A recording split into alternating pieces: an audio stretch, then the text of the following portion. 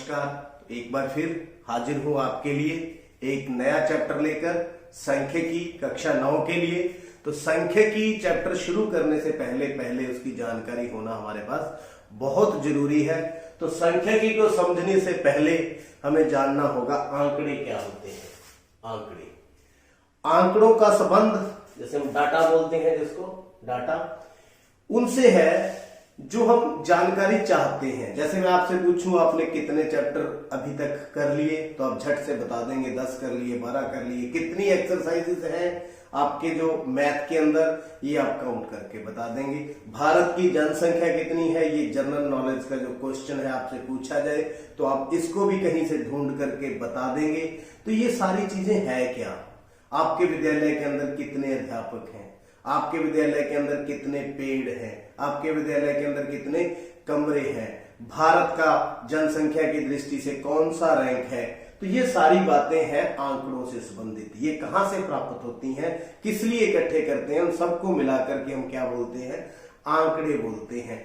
तो मैथमेटिकल आंकड़े की अगर परिभाषा की बात करें तो परिभाषा एक निश्चित उद्देश्य से एकत्रित किए गए तथ्यों या अंकों को जो संख्यात्मक या अन्य रूप में हो सकते हैं, जो अन्य रूप में भी हो सकते हैं, संख्यात्मक रूप में भी हो सकते हैं, उनको क्या बोलते हैं, आंकड़े कहा जाता है। जैसे यहां पर ये आंकड़े हमें कहां से प्राप्त होते हैं, समाचार पत्रों, इंटरनेट, टेलीविजन या अन्य साधनों से प्राप्त होते रहते हैं, या हम यूं कह सकते हैं हम खुद भी इनको प्राप्त कर सकते हैं, तो उनको आंकड़े बोलते हैं। ये किस लिए इकट्ठे करते हैं, ये इसलिए इकट्ठे करते हैं ताकि इन आंकड़ों के आधार पर हम कुछ ऐसी योजनाएं तैयार करें, ऐसी पॉलिसीज तैयार करें जिससे हमारी तरक्की हो, हमारी उन्नति हो, और हमारा उद्देश्य क्या है उसको हम पाने में सफल हो। इससे भविष्य की योजनाएं तैयार करते हैं। तो देखिए, जैसे यहां पर मैंने किसी गांव की जनसंख्या क्या है, ये भी एक आंकड़ा है। बल्लेबाजी की बल्लेबाजी औसत, तो ये भी एक आंकड़ा है। सचिन तेंदुलकर की कितनी है, विराट कोहली की कितनी है। फिर हम उससे जज करते हैं कौन सा प्लेयर अच्छा है और कौन सा प्लेयर ठीक है। तो विद्यालय में कमरों, अध्यापकों, ये सारे जो है जिनकी संख्या है, जिसको हम क्या बोलते हैं, आंकड़े।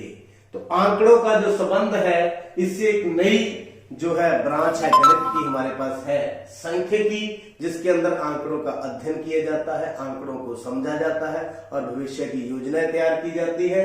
और इसका अध्ययन करके हम उससे कुछ ना कुछ निकालते हैं, उसकी आउटपुट लेते हैं। जैसे अर्थपूर्ण सूचनाएं उपलब्ध करने से संबंधित अध्ययन मीन स्टडी। ऐसी स्टडी गणित की एक शाखा में की जाती है जिसमें आंकड़ों की स्टडी की जाए, उसको हम क्या बोलते हैं, सांख्यिकी यानी स्टैटिस्टिक्स। इससे भविष्य की योजनाएं तैयार करने में मदद मिलती है। तो जब तक इसको हम वैज्ञानिक दृष्टिकोण नहीं देंगे, मैथमेटिकल इसको हम नहीं जांचेंगे, परखेंगे, तब तक ये सांख्यिकी अधूरी है। तो ये गणित की ऐसी शाखा है जिसके अंदर इसको अध्ययन किया जाता है, समझा जाता है। अब बात करें आंकड़े की, तो 9th क्लास के अंदर जो आंकड़े जब हम पढ़ेंगे तो देखेंगे हमें क्या क्या जो पढ़ना है, क्या क्या सीखना है। यहां सबसे पहली बात आती है जो आंकड़े कितनी तरह के होते हैं। आंकड़े एक तो होते हैं प्राथमिक आंकड़े यानी प्राइमरी डाटा, एक होते हैं गौण आंकड़े यानी कि सेकेंडरी डाटा। प्राथमिक आंकड़े शब्द से समझ आ रहा है, प्राथमिक पहले। देखिए, इस स्थिति में समय अन्वेषक मतलब जो काम कर रहा है, जो इसके अंदर फील्ड के अंदर जाकर जो योजनाएं तैयार कर रहा है, जो भी व्यक्ति विशेष है जो इसके अंदर जुड़ा हुआ है। समय अन्वेषक ने अपने दिमाग में एक निश्चित उद्देश्य रखकर सूचनाओं को एकत्रित किया है, उन्हें प्राथमिक आंकड़े कहते हैं।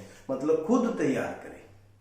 जो जैसे मान लो वो जानना चाहता है भी हमारे गांव के अंदर कितने पढ़े लिखे लोग हैं, तो वो खुद कॉपी ले, पेन ले और घर घर जाकर के उन सूचनाओं को एकत्रित करे। एकत्रित करने के बाद उसको पता चले यहाँ जो है 40% जो है औरतें हैं वो पढ़ी नहीं है, तो उनके लिए योजनाएं वो तैयार करने में मदद करे। तो वो बोलते हैं प्राथमिक आंकड़े। मतलब सारा काम खुद करना, खुद ही डाटा कलेक्ट करना, खुद ही उसको इंटरप्रेट करना, उसको क्या बोलते हैं, प्राथमिक आंकड़े, जो समय खुद करता है। उसके बाद जैसे यहाँ पर मैंने उदाहरण दिया अपनी कक्षा के विद्यार्थियों का भार मापना।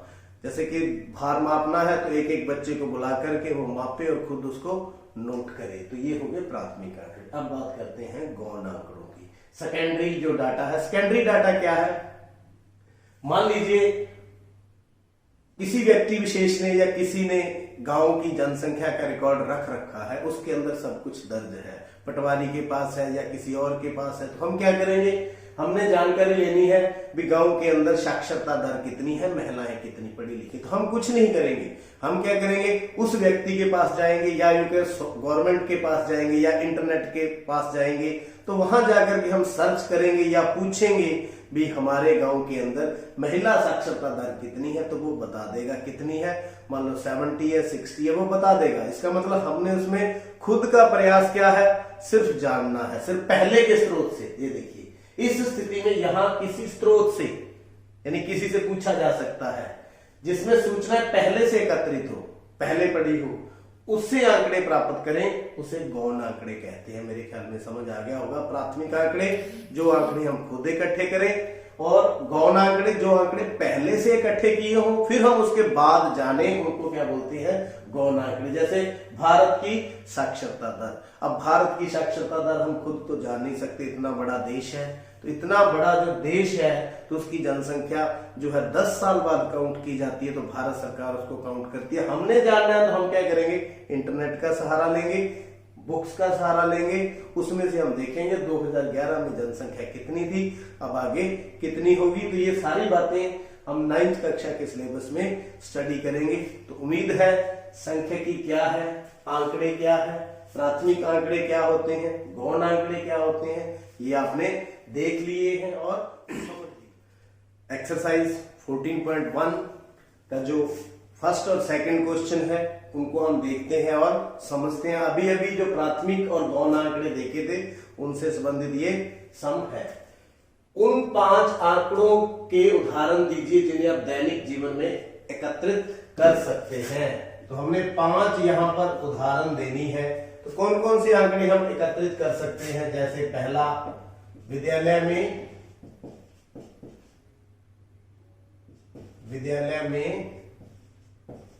पेड़ों की संख्या,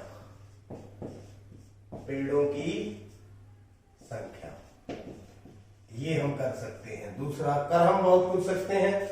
दूसरा, अमेरिका की साक्षरता दर, अमेरिका देश की साक्षरता दर। तीसरा, कक्षा के विद्यार्थियों की लंबाई, कक्षा के विद्यार्थियों की लंबाई। नंबर 4, तो ये पहले क्वेश्चन के आंसर हैं। नंबर 4, विद्यार्थियों की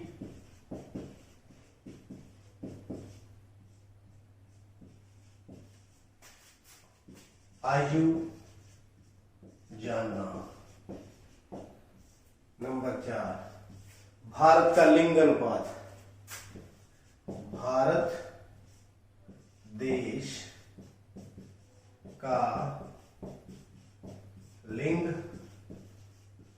अनुपात हम ये जान सकते हैं। तो देखिए, ये ऐसी 5 उदाहरण है जो हम दैनिक जीवन में कर सकते हैं। तो ये पहले क्वेश्चन का आंसर। दूसरा क्वेश्चन कहता है प्रश्न 1 में दिए गए आंकड़ों को प्राथमिक या गौण आंकड़ों में वर्गीकृत कीजिए। हम ये जो उदाहरण दी है इनमें बताना है कौन से प्राथमिक आंकड़े हैं और कौन से गौण आंकड़े हैं। तो देखिए, विद्यालय में पेड़ों की संख्या, तो विद्यालय के अंदर पेड़ों की संख्या हम खुद जाकर के कापी पेन लेकर के निशान लगा करके माप सकते हैं। इसका मतलब जो खुद करते हैं तो वो कौन से आंकड़े हो गए, प्राथमिक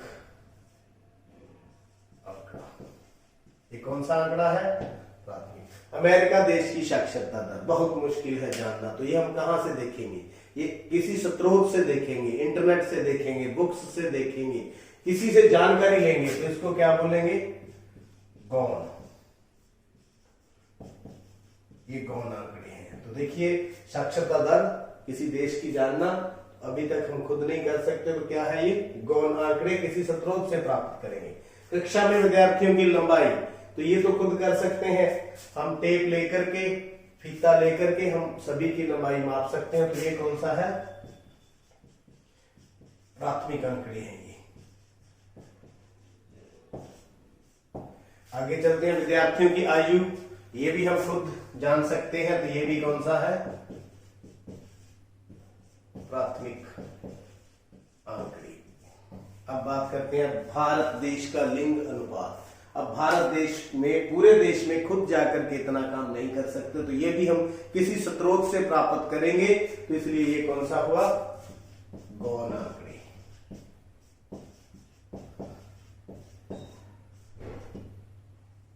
तो मेरे ख्याल से प्राथमिक आंकड़े और गौण आंकड़ों में अंतर आपने अच्छी तरह से समझ लिया है, देख लिया है। आने वाले वीडियो सबसे पहले पाने के लिए चैनल को सब्सक्राइब करें। आपका बहुत बहुत